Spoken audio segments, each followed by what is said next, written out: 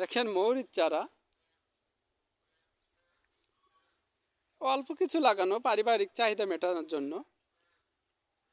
এই লাল তীরের বোহান, red bit, লাল তীরের আর্টোস্ট, পাতাকপি,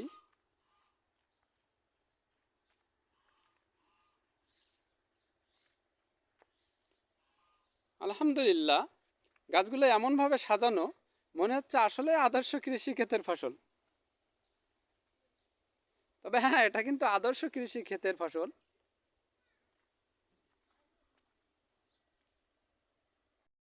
কৃষি ক্ষেতের রসুন,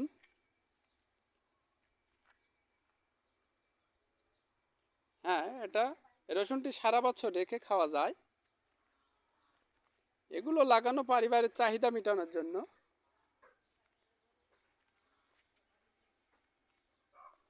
পাশাপাশি দেখছেন পেঁয়াজ, যেটা বুনন পেঁয়াজ বুনে দেওয়া আছে সারিবদ্ধ করে, যেটা সারা বছর রেখে বছরজাত করা যায় এবং বাৎসরিক চাহিদা মেটানো যায়।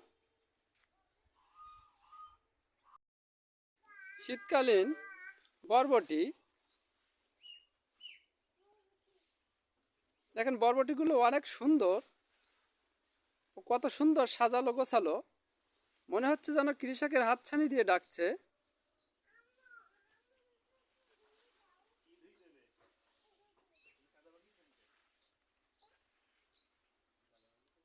আলহামদুলিল্লাহ গাছও দুই একটা করে ফুল দেখা দিয়েছে।